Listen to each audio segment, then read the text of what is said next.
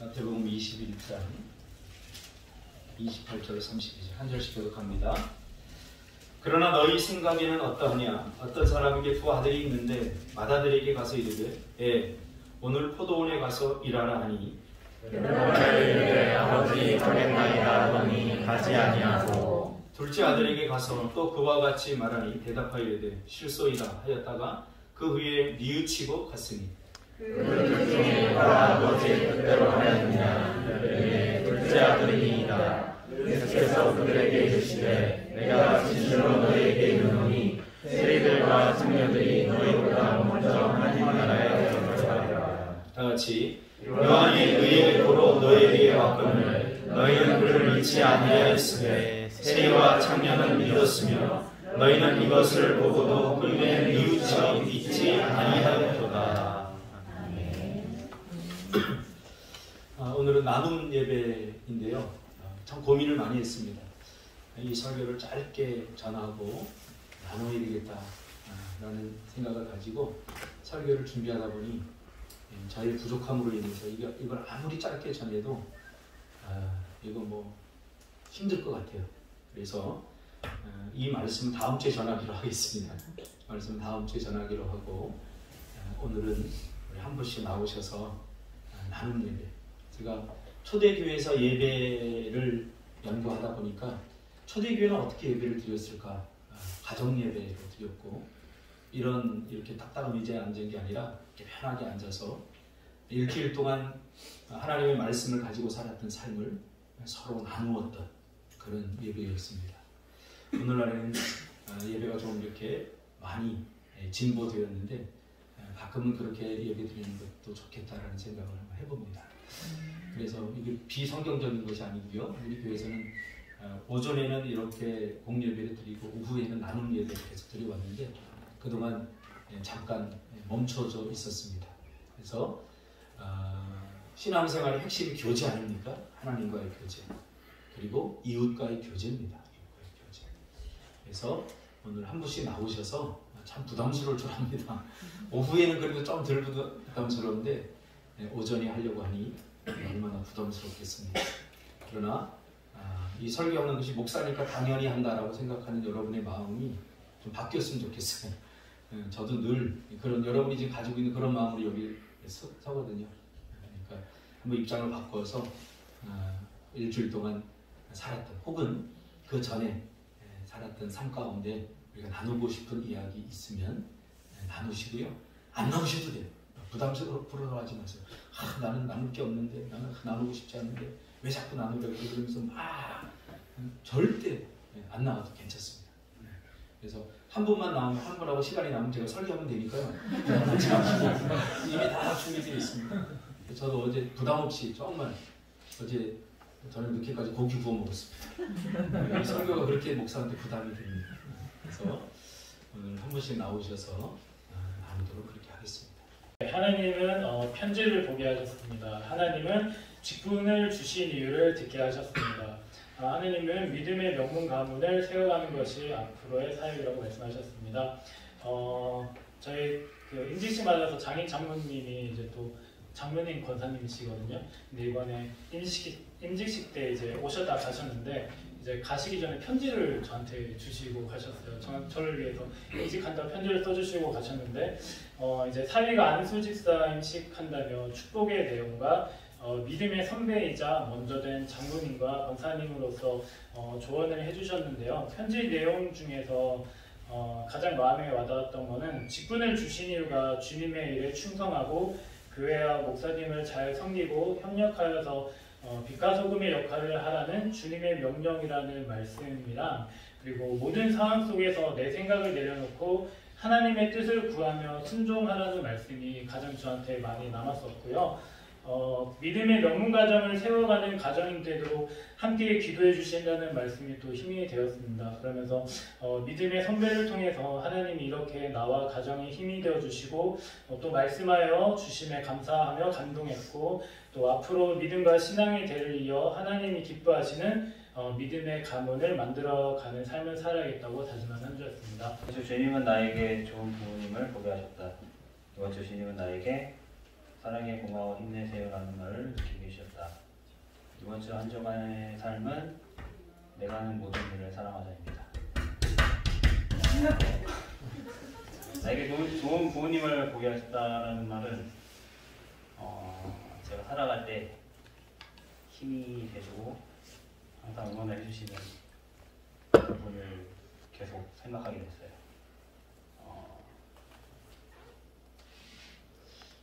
제주도 처음 와가지고 부모님이 저에게 좋은 영향력을 많이 주셔서, 원래도 그 전에도 많이 주셨지만 아버지는 저에게 좋은 신앙을 주셨고 어머니는 저에게 유쾌함을 주셨고, 그런 힘 때문에 제가 아직까지도 잘 살아가고 있는 것 같습니다. 그리고 두 번째는 사랑해 고마워 힘내세요라는 말은, 사랑해라는 말은 엄마가 저한테 전화 끊을 때 아들 사랑해 뭐 그런 말 하는데, 저는 쑥스러워서 아직까지 그런 말을 잘 못해요. 부모님한테 잘 못하는 부분도 있고, 남들한테는 잘하는데 부모님한테는 왜 못하는지 정확히 못해요. 그리고 고마워라는 말은 그 임직식을 준비를 하면서 제가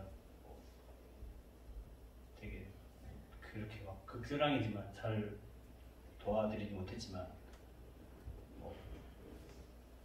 조금이나마 그냥 도움을 줬는데, 사진을 찍고 그냥 예배를 준비 조금 도와주고, 그런 부분에 있어서 나도 되게 도움을 줄 수 있구나 라고 생각했고요. 그리고 내가 하는 모든 일을 사랑하자는 말은 그냥 어느 순간 그리스도인으로 살아가려면 내가 어떻게 해야 되나, 사회생활 나와서 남들보다 좀 더 열심히 일하고 남들보다 더 많은 생각을 하고, 그리고 나보다 조금 낮은 사람이라 할지라도 무시하지 않는 삶을 살아간다면 나를 통해 회사가 좀 더 좋아지고, 나를 통해 사람들이 좀 더 행복해지는 그런 생각을 많이 갖게 되었습니다. 한 주간 주님은 일충기인 하준이를 보게 하셨습니다. 한 주간 주님은 하나님께 도움을 구하라를 듣게 하셨습니다. 한 주간은 이해하기였던 것 같습니다. 요즘에 하준이가 일충기를 맞이해서 이제, 제멋대로인 우리 아들과 이제 100일 된 딸을 돌보면서 한계점에 다다랐어요. 그러면서 이게 너무 힘드니까 이제 제 본 모습이 나오기 시작하면서, 예전에 정용혁 차장님이 그 아내분이 그 대한항공 아무튼 그래가지고 그 모습처럼 저도 저한테 더한 모습처럼 더한 모습인 것 같아요. 그런 제 모습이 감정이 하루에도 수십 번 왔다 갔다 하며 그런 제 모습에 자괴감이 들었었습니다. 근데 돌아보니 저는 하나님을 의지하기보다는 당장 해결해 줄 수 있는 사람을 더 의지했던 것 같습니다. 그리고 힘들고 어려울 때는 돌아보니 감사하지 못했던 것 같습니다. 그러던 와중에 이제 찬양을 들으면서 하나님께 도움을 구하라는 말씀을 듣게 하셨고, 그래서 이번 한 주간 지내면서 화가 치솟을 때마다 하나님을 의지하니 정말 완전하진 않지만 10번 화내고 7번 화내고 하준이를 이해하려고 노력했던 시간이었습니다. 그리고 돌아보니 정말 가까운 하준이한테나, 지난주에 이제 어머니가 오셨었는데 정말 가까운 엄마나 아이한테는 제가 이해하려고 이렇게 노력하지 않았던 것 같아요, 보니까. 그래서 그걸 돌아보면서 하나님을 의지하니 마음으로 이해할 수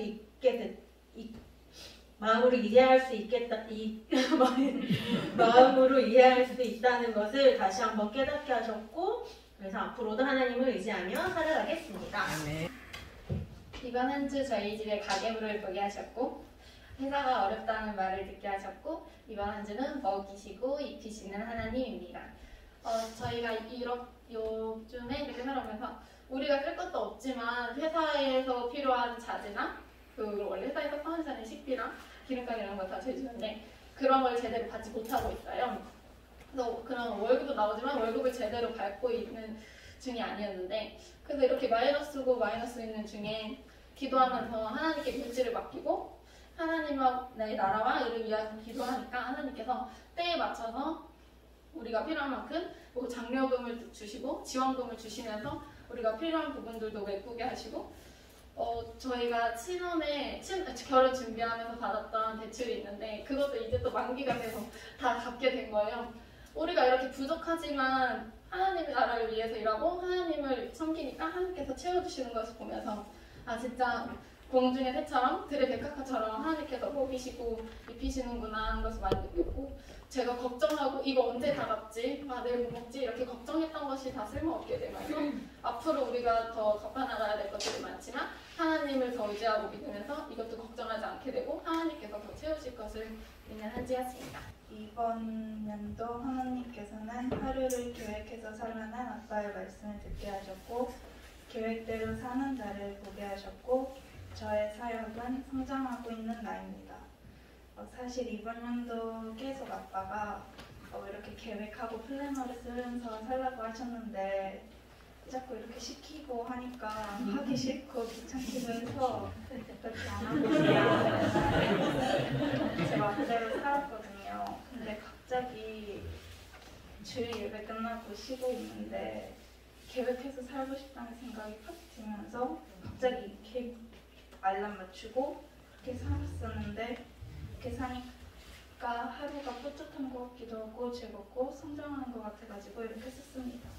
네, 하나님께서는 새로움에 적응하는 가정, 사람들을 보게 하셨고 거부 반응을 듣게 하셨고 짧은 시간 동안 수능과 적응하는 삶을 하나님께서 살게 하셨습니다.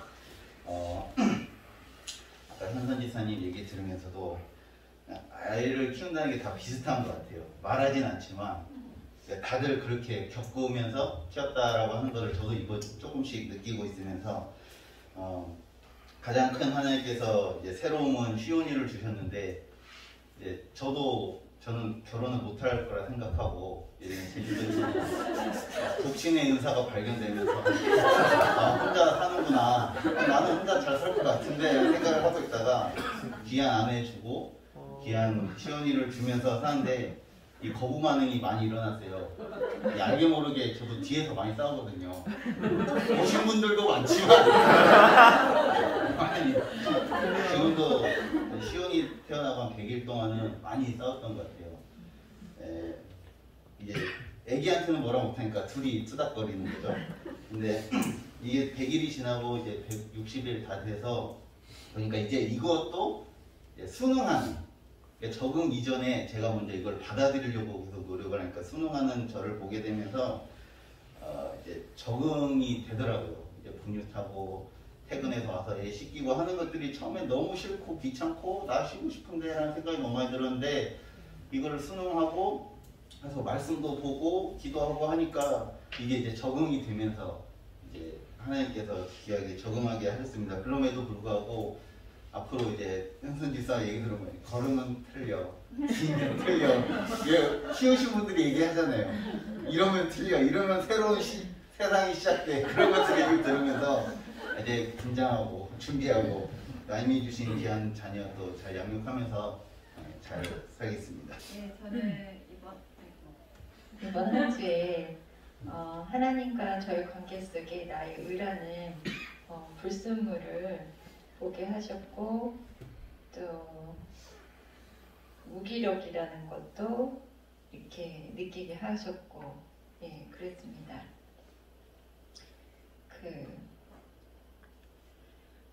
하나님과 나의 관계 속에서 내 안에 성령님만이 하실 수 있는 일이잖아요. 하나님하고 나와의 관계는 타락한 나의 모습 속에서는 하나님을 찾아갈 수 있는 어떠한 방법이 없는데도 불구하고 저는 내 안에 성령님을 의지하기보다는 나의 의지, 나의 경험, 또 제가 보고 듣고 했었던 수많은 사건들, 진짜 10년을 돌아다니다가 한국에 45인데 제가 이제 정착 아닌 정착을 시작하는데 제가 이미 경험했었던 동성애 차별금지법, 그 다음에 비대면 예배에 대한 논쟁 이런 것들은 제가 이미 다 겪었거든요. 근데 여기 와서 또 그런 지난 아픈 경험들이 여기서 다시 또 시작되는 거예요. 그래서 그거를 놓고 기도하는데 눈물 흘리면서 기도했다가 또 원망하면서 기도했다가 하나님이 저한테 말씀하시기를 기도 좀 안 했으면 좋겠다면서 제가 하도 자기 의가 들어간 기도, 막 제 그 분노가 들어간 기도를 하니까 하나님이 기도 좀 안 했으면 얘가 좀 그런 막 그 느낌, 쎄한 느낌이 뒤통수에서 느껴지더라고요. 그래서 그래도 기도를 사모하고 기도 밖에는 또 성령님을 만나고 의지할 그게 없으니까. 그래서 어느 날 밤에 와서 계속 이제 성령님만 부르는 거예요. 성령님 도와달라고, 성령님 역사해달라고, 성령님에서 제가 보고 느꼈던 것들이 제 우리나라에서 많은 그런 소란스러움이 되고 많은 우리 신앙생활에 많은 혼란을 느끼게 하는데 이 모든 것들이 성령님께서 우리 안에 성령 충만함으로 말미암아 우리가 나아갈 때 그 믿음의 산으로 믿음의 언덕으로 함께 올라갈 수 있는 그런 하나 되게 만드는 고난의 그러한 즐거운 여정이 되었으면 좋겠고 또 힘이 나는 여정이 되면 좋겠다라는 생각이 많이 들고 그런 과정 가운데 제 개인적으로는 무기력함을 너무 많이 느껴서 이제는 성령님을 의지해서 그런 무기력함에서 좀 많이 벗어났으면 하는 생각이 들었습니다.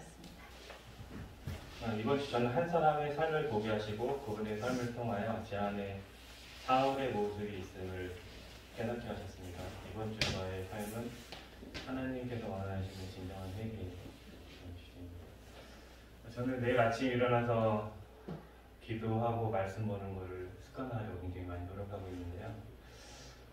그동안 제주도에서 하나님 진짜 축복의 말씀도 많이 주시고 믿음의 말씀도 많이 주셨는데 이번 주는 사울을 통해 말씀하시는 걸 듣고 좀 약간 흘려보내려고 했었거든요. 근데 어떤 내용이냐면 사울이 이제 아말렉을 진멸하라고 하나님을 명령하셨는데 진멸하지 않고 정말 값없는 것들만 다 죽이고 정말 좋은 것들은 다 남겨서 갖고 와서 하나님이 그 사울을 되게 후회하시고 또 사무엘을 통해서 책망하는데도 불구하고 사울은 뭐 제사 드리려는 핑계라고 그거를 대면서 이렇게 핑계를 대요. 그래서 하나님은 순종을 원하셨는데 사울은 오히려 사람을 두려워하는 모습을 보았고 그리고 사울은 끝까지 자기 편애를 위해서 사람들 앞에서 하나님 앞에서 같이 예배 드리자고 사무엘한테 이렇게 부탁하는 장면으로 끝나는데 왜 하나님이 그 한 주간에도 많은 좋은 말씀인데 왜 이거를 나누게 하실까라는 그런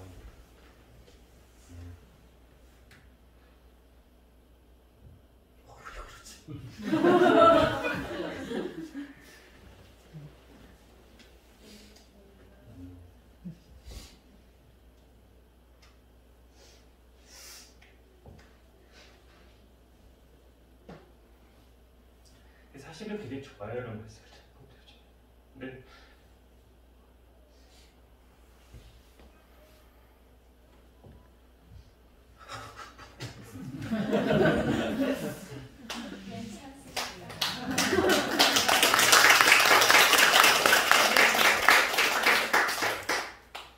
슬퍼서 나는 눈물은 아니거든요.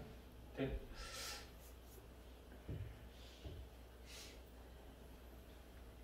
진짜 하나님께서 기뻐하시는 사람이 되고 싶다는 생각을 이걸 하면서 되게 많이 했습니다. 진짜 내가 감동적으로 듣는 회개도 아니고 정말 하나님께서 주시는 진정한 해결을 하고 싶다라는 생각을 하고 기도하고 있는 그런 진행 중인 상황입니다. 네. 나의 원함과 하나님의 원함은 다르다는 거를 지금 몇 년째 계속 느끼고만 있고요. 하나님은 나의 작고 편협한 생각, 세상을 완전히 깨뜨리기를 원하신다는 것도 계속 느끼고 있고요. 그거를 저는 이제 네 글자로 줄탁동시의 하나님이라고 이제 생각을 하고 있는데요. 줄탁동시라는 뜻은 두 가지 힘이 작용해서 나의 세계를 깨뜨린다는 뜻인데요. 그 병아리가 껍질을 깨잖아요. 그러면 어미가 같이 쪼아서 그 계란이라는 그 껍질을 깨야지 그 병아리가 작은 세계에서 큰 세계로 나갈 수 있잖아요. 근데 이런 거를 저한테 원하시더라고요. 나의 생각, 나의 이제 편협한 것들을 깨기를 원하시는데 저는 아주 오랫동안 하지 말라고 하나님한테 그러고 있어요. 그냥 왜냐면 그 과정이 너무 힘들고 아프니까 저 그냥 이렇게 하나님 어느 정도 알았고 어느 정도 뭐 예배 드릴 때 은혜도 받고 교제하는 거 어느 정도 뭐 행복한 거 느끼니까 하나님 그냥 건드리지 마세요. 안 깨져도 돼요. 그냥 제 생각이 편협하면 그냥 이대로 살게요. 그래도 뭐 남편도 있고요. 좋은 목사님도 계시고 좋은 성도님들도 계시고 그냥 이렇게 살게요. 하나님 몇 년째 10수년째 이러고 있는데 하나님은 그냥 하나님이 원하시면 저하고 다르시더라고요. 그냥 저를 깨기를 원하시고 줄탁동시하기 원하시고 근데 이제 이번에 목사님이랑 같이 성경 공부하면서 다시 한번 말씀을 하시더라고요. 하나님을 사랑한다면 성장해야 된다. 그래서 제 삶의 줄탁동시가 이루어지기를 하나님한테 극구 반대했었지만 이제는 좀 받아들이려고 하나님 저를 깨뜨려 주세요 하고 하겠다고 그런 기도를 하려고 하고 있습니다. 지난 기간 동안 하나님은 아름다운 풍경들을 보게 하셨고 모든 것이 하나님이 주신 선물임을 듣게 하셨고 지난 기간은 나를 찾아가는 시간이었습니다. 회사 휴업으로 제주에서 다시 2달간의 휴식의 시간을 보내는 동안 매일 다른 감동을 주는 제주의 풍경을 보면서 하나님이 지으신 자연을 통해 즐기면서 마음의 평안과 풍성한 은혜를 느끼는 시간이었습니다. 또한 모든 것이 하나님이 주신 선물이라는 말씀을 들으며 지금 내가 살아가고 있는 환경, 가족, 친구들, 이웃 공동체 등이 우연이 아닌 그 안에서 하나님의 계획과 인도하심이 있음을 기대하게 되었고 내가 맺고 있는 관계들을 다시 생각하게 되는 시간이었습니다. 마지막으로 매주 수요일마다 내적 치유 시간을 함께하면서 하나님과의 관계, 사람들과의 관계 속에서 나는 어떤 모습인지 그리고 나의 생각, 마음이 어떠한지를 되돌아보고 나의 부족함과 연약함을 받아들이며 나를 찾아가는 시간이었습니다. 지금까지 하나님은 세상은 멈춰도 일하시는 하나님을 보게 하셨고 최고의 것을 준단다를 듣게 하셨고 그래서 이번 사역은 매일 준비된 사랑입니다. 2020년을 겪으면서 지금까지 당연하게 누렸던 생활들이 다시 보기에 충분한 억압들 그리고 슬픔들이 많았었던 해였던 것 같습니다. 그런데 이렇게 멈춰진 생활을 하다 보니까 스스로 어떤 생각으로 생활을 했는지 더 확실하게 나의 모습이 보였고 내가 어떤 생각으로 생활들을 바라보고 있었는지 볼 수 있었습니다. 상황이 어쩔 수 없으니까 물질이 부족하니까 선택할 수 있는 선택지가 작으니까 이게 최선일 거야 같은 말처럼 나의 최선의 한계는 하나님의 기준이 아니라 상황이나 사람들과의 비교 속에 맞춰져 있었다는 것을 멈춘 세상 속에서 다시 볼 수 있었습니다. 하나님은 꾸준히 하나님의 나라를 위해서 계속해서 준비하고 계셨는데 제가 정한 한계, 제가 정한 노력들 최선으로 나를 통한 일을 맡고 있었기 때문에 나에게 주어진 하나님의 기회를 보지 못했음을 회개하게 되었습니다. 나의 잘못된 시선을 내려놓고 나니까 하나님께서 준비했던 기회들이 보였고 하나님께서 어떤 나라를 꿈꾸시는지 그리고 지금까지 내가 준비되기만을 기다리고 있었는지를 볼 수 있었습니다. 그리고 도전하고 나니 더 부어주시는 하나님을 볼 수 있었습니다. 상황에 머무르고 도태되는 것이 아니라 하나님이 매 순간 주시는 최고의 것을 누리기 위해서 그리고 나를 통해 이루어지는 걸 직접 경험하기 위해서 저는 준비되어 있어야 되고 내 생각을 더 내려놓고 주님께 맡기는 연습을 할 수 있었던 이번 해였습니다. 하나님께서는 시온이를 보게 하셨고 하나님께서는 평안을 듣게 하셨고 그리고 감사입니다.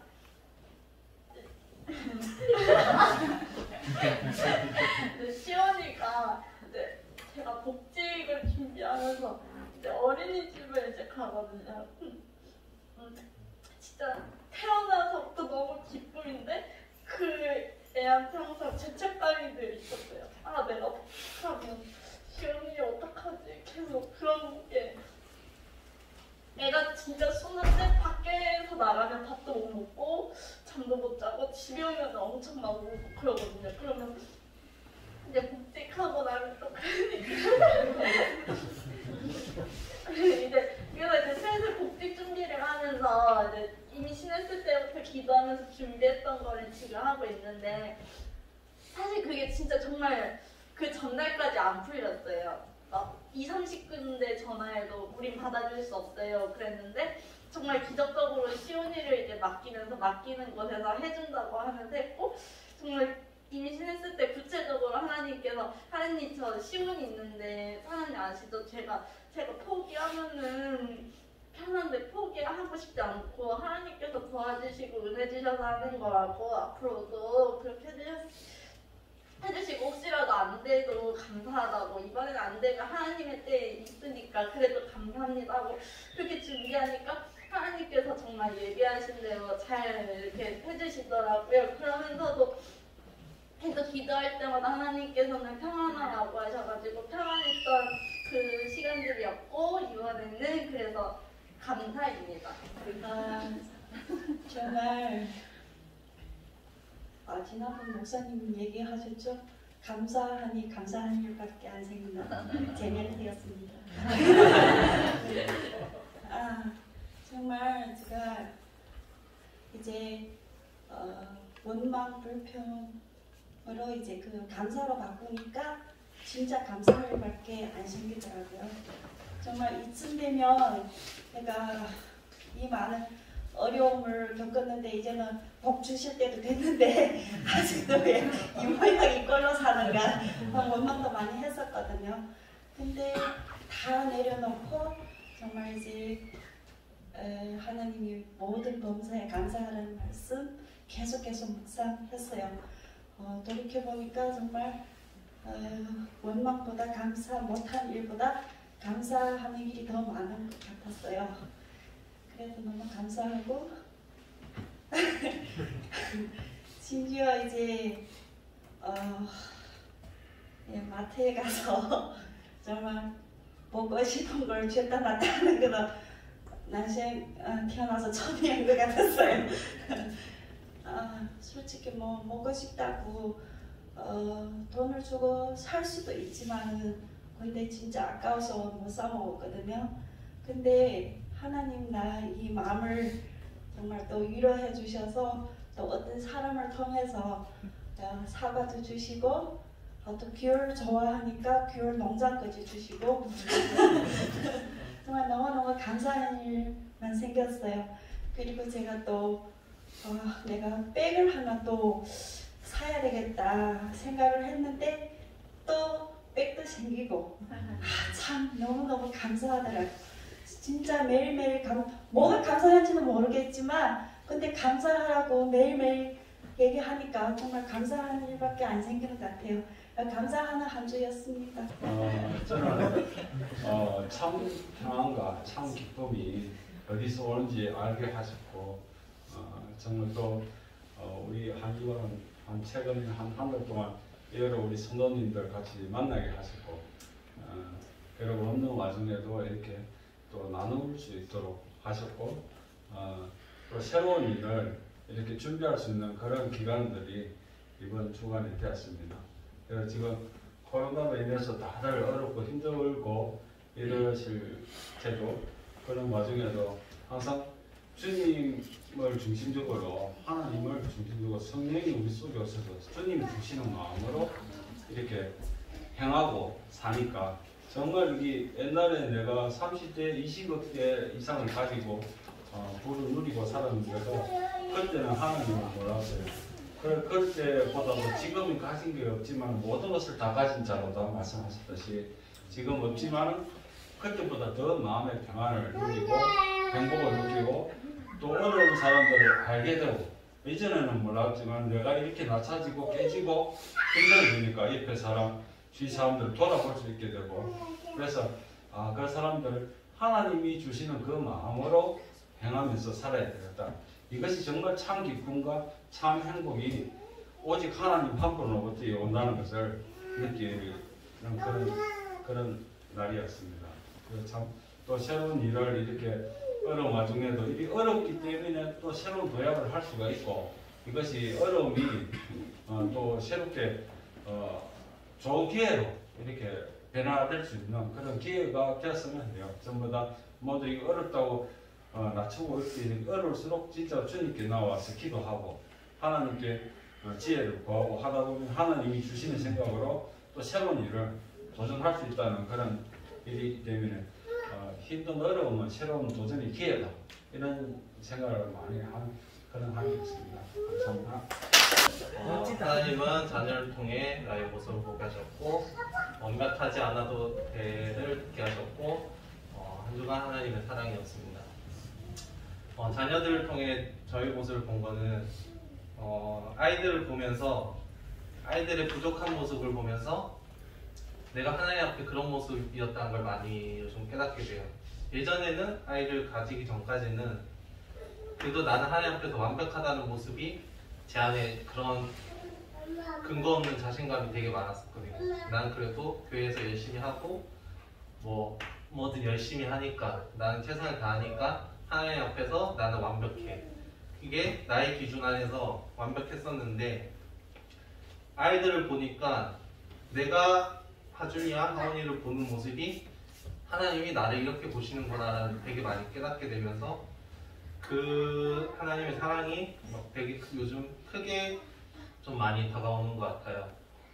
예전에 하나님의 사랑, 기도할 때도 하나님 사랑을 위해서 많이 이렇게 또 주변에서 하나님 사랑을 많이 얘기를 했지만은 그것들이 마음으로 크게 와닿지 않았는데 이런 경험을 통해서 이런 하나님의 사랑을 많이 요즘에 아이들 통해서 보면서 하나님께서 완벽하지 않아도 된다는 말씀을 되게 많이 해주시는 것 같아요.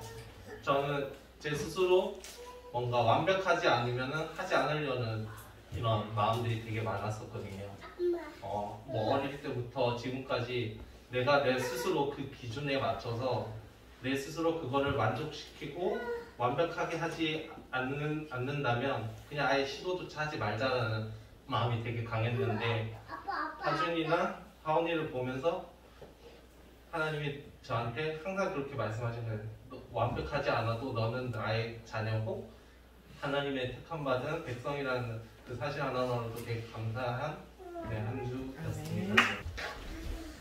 하나님께서 재작년 11월에 이제 제주를 오게끔 그 길을 열어주신 이후에 근 2년 동안 이 제주 땅으로 하나님께서 보내주시는 그 수많은 하나님의 사람들을 보고 있고 정말 그로 인해서 또 그분들로부터 많은 이야기들도 듣고 하나님의 음성을 듣고 그 가운데 저는 그러면 과연 여기서 나는 뭐고 나는 뭘 해야 할 것인가 이게 사실은 제주 와서 여러분 앞에서 고백했던 저의 모습이고 현재 또 깨달아 알아가는 과정입니다. 하나님께서 제일 먼저 제주 땅에 오셔서 보게 하셨던 분이 계시죠. 바로 제 뒤에 계신 박형상 목사님이 우연찮게 극동방송의 끝자락에 고뇌 어쩌구에 위치해 있는 꿈틀교회입니다라는 그 메시지를 듣고 목사님 말씀에는 뭐 별로 이렇게 귀를 기울이지 않았던 것 같기도 합니다. 아까 그때는 막 지나가는 입장이다 보니까 그래서 고뇌 쪽에 꿈틀교회라는 데가 있구나 해서 찾아봤을 때 예사교회가 아니었죠. 예, 어떻게 보면 항상 고백하시듯이 다 준비되어 잘 만들어져 가던 또 잘 튼튼하게 세워져 가던 그 육주에서의 어떤 그 목회 사역을 내려놓고 이곳에 오게 하신 그분을 일단 제일 처음에 그 되게 한산하고 을신년스러운 2월 달에 이제 만나게 하셨죠. 구정 때 여러분들 다 안 계셨던 것 같아요. 그렇게 이제 만남이 제주도로 보내신 그 한 목회자 그리고 이 교회를 보게 하셨고 그 뒤로 정말 많은 만남들을 계속 하나님께서 이렇게 이끌어 주셨던 것 같아요. 그러다 보니까 내가 제주를 뭐 내려오라는 마음을 주셔서 저희가 내려왔을 때는 왜란 질문을 그때 제가 많이 던졌었잖아요. 그런데 지금 놀랍게 하나님께서 제주도 땅으로 진짜 하나님의 그 놀라운 사람들을 보내주고 계신데 그게 제주의 좀 특수한 상황인 것도 같습니다. 일단은 비자가 없잖아요.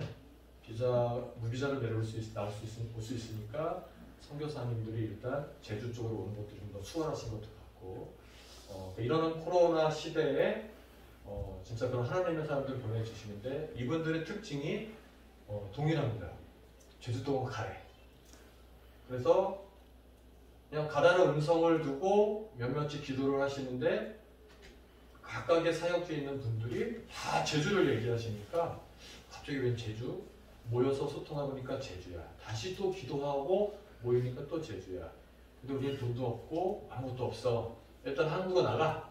그래서 항구를 나갔더니 항구에서 배는 떠나야 되는데 표는 없고 몇몇의 무리들이 서 있는데 하나님께서 항구 쪽에서 일하시는 분을 통해서 당신들이 여기 서 있으니까 하나님께서 오라고 해서 준비 중이다. 하나님께서 당신들의 표를 나를 통해서 예비케 하셨다. 그래서 제주 땅을 가라. 그 제주에 오신 분들. 예. 또 정용혁 차장님과의 만남. 말씀 드린 것처럼 가장 잘 나갈 수 있는 그 실력을 갖고 있음에도 불구하고 계속해서 남들이 가지 않는 길, 낮은 자의 길을 또 오게 하셨던 너무 많습니다. 또 어저께 우연하게 또 만나뵀던 또 한 분의 전도사님을 통해서 놀랍도록 일하시는 하나님을 좀 보게 하는 것 같습니다. 근데 이분들의 공통적인 특징이 다 하나님의 음성에 반응을 했습니다. 박현복 목사님, 제가 아까 말씀드린 선교사님들, 수많은 집사님들, 어제 만나뵌 전도사님 다 하나같이 하나님께서 떠나라, 이렇게 일하라, 스탑하라, 가라 이 반응에 일절 자기의 의를 내세우지 않고 또 어떤 과정, 결과물들을 손에 붙잡지 않고 다 내려놓고 순종하고 그 모습으로 인해서 하나님께서 기뻐하시는 것들을 듣게 하시고 보게 하셨던 것 같습니다. 저도 그렇고 여러분이나 저나 제주에 오게 하신 분명한 이유가 있는 것 같은데 그럼 김성원 너는 왜 제주에 왔니? 이 질문이 저는 요즘에 가장 저한테 큰 기도 제목이고 그럼 너는 여기서 무엇을 할 거니? 힌트를 계속 주시는 것 같은데 아직까지 제가 하나님 음성에 크게 반응하지 못하고 그렇게 좀 살아가고 있는 것 같아요. 최근에 오늘 아침에 아내를 통해서 제가 들은 게 되게 큰 핵심이었던 게 하나님 음성 따라 진짜 살아가는 사람이 내 옆에 있었는데 내가 너무 간과했구나. 그래서 같이 살아가면서 협력해서 제주에 오게 하신 이유에 따라서 좀 살아가기로 결단하는 한 주였습니다. 네, 오늘만큼 이제 막 부담스럽게 제 눈이 부어가지고요. 아침에 이제 나눔을 해야 되는데 무엇을 나눌까 이제 생각하다가 제가 준비한 나눔이 있었거든요. 근데 그 나눔이 아니라 오늘은 좀 신앙 고백을 해야 되겠다. 하나님이 주신 마음이 저는 모태신앙입니다. 14살에 주거 앞에서 하나님을 만났고 하나님 누구도 나를 사랑하지 않습니다 라고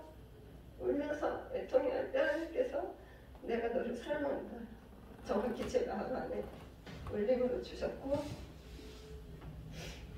너가 아직은 가야 될 때가 아니다.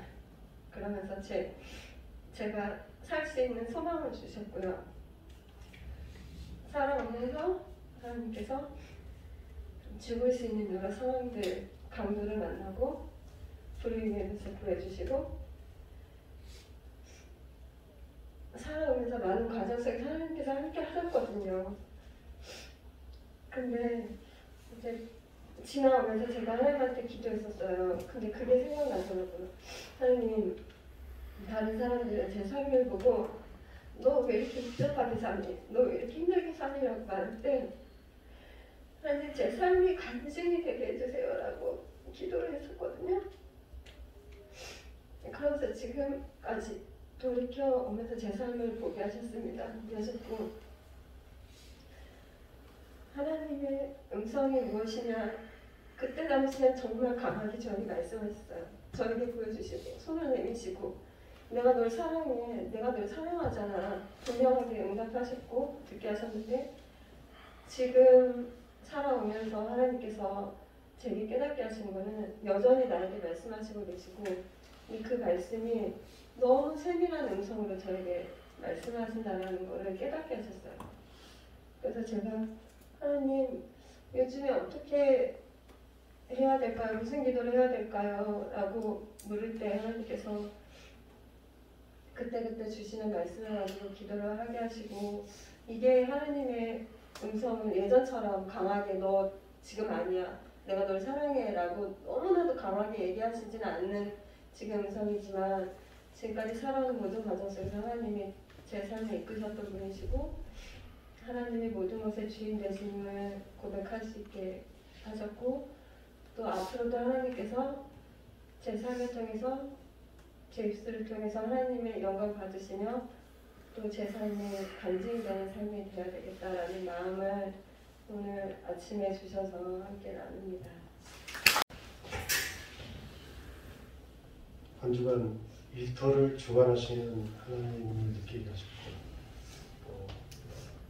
일터에서의 그리스도인의 삶이란 어떤 걸까를 묵상하게 한 주간이었습니다. 저는 직장인입니다. 그리고 더군다나 경찰 공무원이기 때문에 직장 내에서의 상하간의 위계질서가 상당히 엄합니다. 그렇기 때문에 누구나 더 승진을 하려고 욕심을 많이 내고 있습니다. 1년간 성과평가를 내년이 아니고 다음 주부터 이제 실시하는 근무평정 기간이 이제 왔는데요. 이런 기간이 올 때마다 느끼는 건데, 사람들이 상당히 치열합니다. 어떤 일은 얘기하더라고요. 그러니까 저희가 근무평정이 어떻게 되냐면 3단계를 이루어지는데, 계장, 과장, 청장, 이 3단계에서 최고 점수를 얻어야지만이 승진을 할 수가 있는 거죠. 어떤 일을 얘기를 하더라고요. 열심히 해서는 안 된다. 감동을 줘야 된다. 이런 식으로. 이런 시기가 될 때마다 저는 항상 고민을 하게 됩니다. 그러니까 물론 직장 내에서 열심히 일해서 성과는 냈지만, 이제 평가를 받는다고 하는 그 시점에서는 또 다른 어떤 인간과의 관계, 그런 게 또 견도가 많이 되더라고요. 그래서 과연 어떻게 하는 게 그리스도인의 삶으로서 직장 생활에서 제대로 된 삶일까 고민하는데, 저에게 일터를 주신 이도 하나님이시고, 그 일터를 주관하시는 일도 하나님이시고, 그에 따른 성과나 열매를 평가하시는 일도 하나님이시다라는 것을 한 주간 묵상하게 되고요. 그런 내가 어떻게 하나님의 그리스도인으로서 그 삶을 살아야 될까, 좀 더 디테일한 부분까지는 아직 잘 모르겠으나 그래도 큰 틀에서는 그런 마음을 하나님께 저에게 주셨기 때문에 기도로서 묵상하면서 다음 주부터 있을 근편인데, 앞으로도 저희 삶에서 계속 꾸준히 정말 그리스도인이 어떻게 일터에서 모습이 하나님이 기뻐하신 삶일까 그것을 이제 생각하면서 사용하고 기도로서 준비하는 제가 되도록 하겠습니다. 제가 예전 그러니까 기도 중에 어떤 게 있었냐면 우리 아이들이 만약에 해외로 나가게 되면 이렇게 뭔가 섬길 수 있는 것들이 있었으면 좋겠다. 그래서 자기들만의 뭔가를 준비하면 좋겠다는 생각 중에 피아노는 들고 가기 어렵지만 기타나 작은 악기는 들고 갈 수 있어서 그런 것들을 좀 배울 수 있었으면 좋겠다라는 그게 계속 있었는데 형이가 학교에서 기타를 배우게 됐고 그리고 집에는 없었는데 당근마켓에 그 기타가 계속 올라오더라고요. 그래서 그거를 형이가 이렇게 보면서 이렇게 구입해달라고 해서 본인의 용돈으로 이제 사서 집에서 이렇게 켜는 것들을 이제 보게 되었습니다. 그래서 작은 소망들이 조금씩 이루어지고 있구나라는 생각을 하게 됐고 또 한 가지 듣게 된 것은 제가 만나는 어떤 아이가 우리 엄마 아빠 이혼했으면 좋겠어요 라는 말을 하더라고요. 그래서 무슨 어떤 큰 일이 있길래 그런 말을 하나 봤더니 자기가 하고 싶은 걸 아빠는 허락하는데 엄마는 허락하지 않는다는 거였어요. 그래서 그러니까 자기는 게임을 하고 싶고 핸드폰을 만지고 싶은데 아빠는 못하게 하고 그러니까 아빠는 해도 된다고 하고 엄마는 허락하니 아빠랑 엄마랑 다른 삶을 자기가 원하는 사람과 살겠다라는 얘기를 들으면서 많이 심각하구나. 또 아이들이 늘 핸드폰을 들고 있으니 자기가 말을 해도 들어줄 사람이 없어서 계속 뭔가 중얼거리고 하는 아이들을 보면서 제가 이렇게 뭔가를 해줄 수 있지는 않지만 저의 이번 주의 이렇게 미션 중에는 지원해주는 사람, 지지해주는 사람이 되고 싶다는 생각을 했습니다. 아이들에게도 그렇고 근데 아까 좀 전에 남편 얘기를 들으면서는 남편이 사실은 그런 그 회사 내 어떤 그런 부분들에 대한 고민을 얘기했을 때 그 부분은 참 무심해서 이렇게 다른 사람들이 어떻게 하는 것들에 대해서 나도 똑같이 그렇게 하기를 요구하는 건 아니었지만 좀 뭔가 힘이 되는 이렇게 말을 했어야 되는데 그러지 못했구나라는 생각을 하면서 지지해주는 삶을 살도록 하겠습니다. 저는 이번 달에 하나님이 항상 옆에서 제 말을 들어주신다는 걸 알게 되었습니다. 저번 몇 달 동안 마음에서 좀 걸렸던 게 있었는데 저번 주인가 저번 주 그때 아빠랑 얘기를 하면서 그게 해결되고 아빠가 위로를 해주고 도움을 많이 받았는데 그날 때 생각해보니까 그 위로를 받았을 때 그때보다 저번 주인가 그때 기도를 했는데 그거를 생각해보니까 아빠가 아니고 하나님이 아빠를 통해서 그걸 말이나 그걸 이렇게 인도해 주시구나를 알게 돼서 사실은 약간 의미심장했었는데 이렇게 기도를 해도 들어주시는지 뭐 그런 걸 진짜 못 믿었긴 했었는데 이번에 잘 알게 되고 그래서 그냥 한 달이었습니다. 하나님은 e스포츠를 보게 하셨고 하나님은 말씀을 듣게 하셨고 하나님은 하나님의 공동체를 보게 하셨습니다. 한 주간 동안 그쵸? 뭐 아시는 분들은 어떤 내용인지 아실 거예요. 무슨 안수 집사가 돼가지고 게임대에 나가서 참가를 하고 어떤 분들은 아직까지도 이게 좀 못마땅하실 수도 있고 또 긍정적으로 바라보시는 분들이 있다고 생각이 들어요.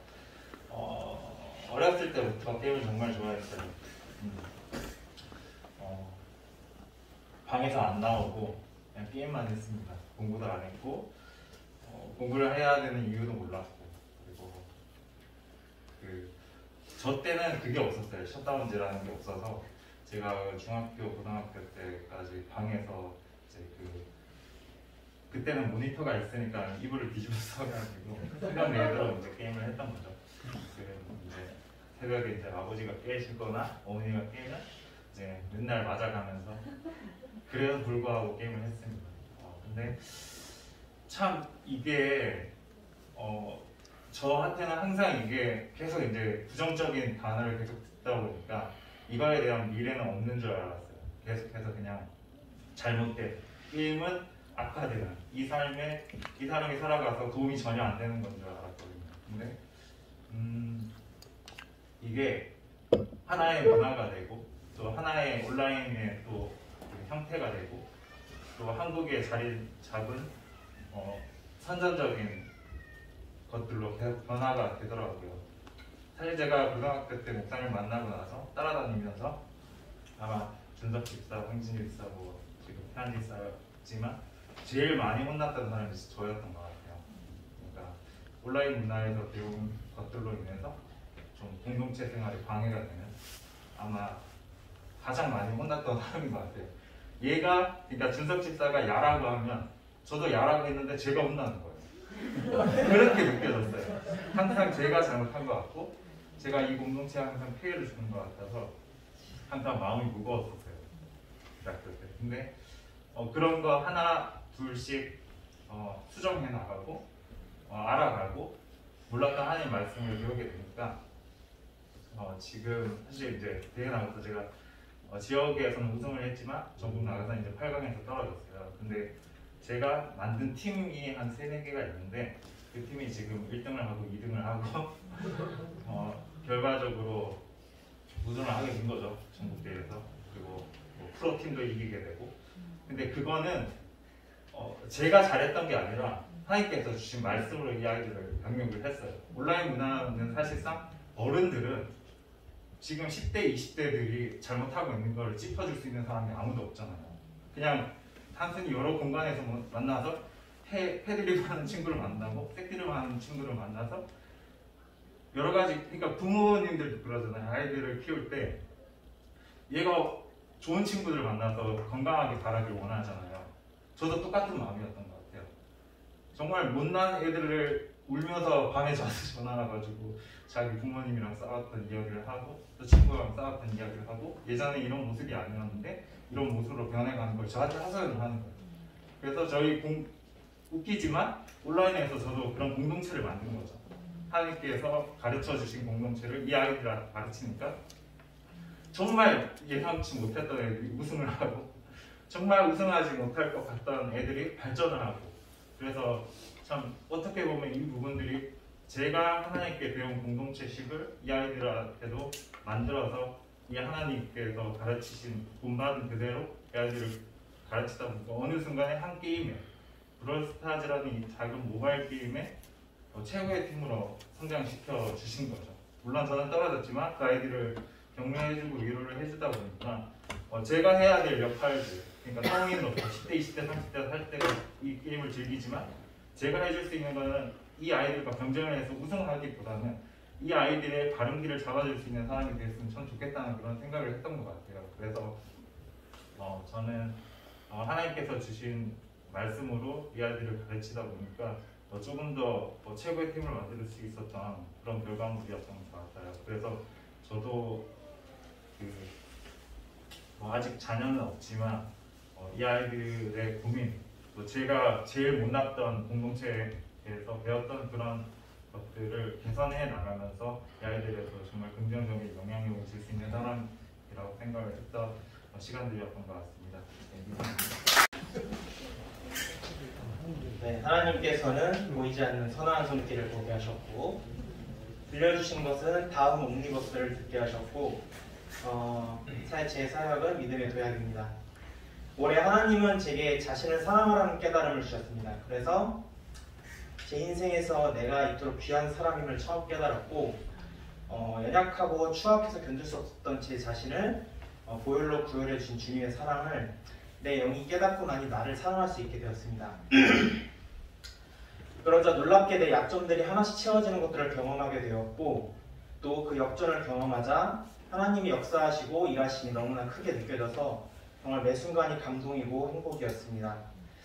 저는 나의 부족함으로 인해서 매번 절망했고 뭔가 해낼 수 없는 제 자신을 되게 원망하고 미워했었는데 정말 하나님 사랑으로 절망에서 희망으로 제가 옮겨졌고 또한 기쁨으로 옮겨졌음을 경험했습니다. 보이지 않는 선한 손길로 항상 인도하신 하나님을 다시 한번 찬양하고 그 영광을 돌려드립니다.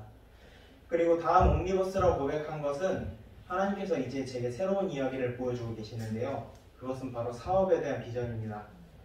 교회 사역을 감당하면서 저는 두 가지 제약을 좀 많이 경험하면서 아팠는데요.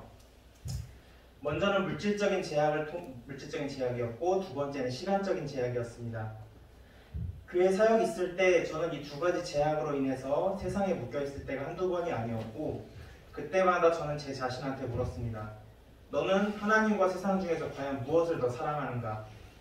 저는 하나님 앞에서 진짜가 되고 싶습니다. 나는 스스로가 진짜 그리스도인이라는 확신을 가지고 살기 위해서 저는 사업에 도전할 계획입니다. 그리고 하나님 중심의 삶, 그리고 교회의 재정을 책임지는 삶, 그것이 다음 제 이야기입니다. 세상의 안개가 짙고 어둡지만 내 주 예수와 함께라면 죽음의 골짜기에서라도 나를 건지심을 믿습니다. 그래서 눈앞에 보이는 절벽이라도 하나님의 구하심을 믿고 믿음의 도약을 해보려고 합니다. 우리 공동체가 더욱 하나님 앞에서 진실된 그리스도인의 공동체가 되어 세상의 빛 되신 주 예수를 전하는 일에 함께 귀하게 쓰임받기를 소망합니다. 아멘. 그냥 좋아요.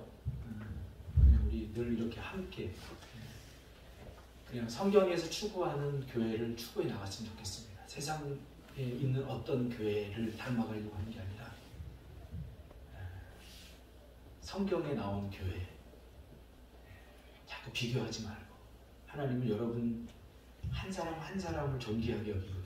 오늘 설교 제목도 그거예요. 사실 너의 인생을 살아. 그거예요. 네 인생을 살아. 하나님이 너에게 주신 인생 그거를 살라는 거죠.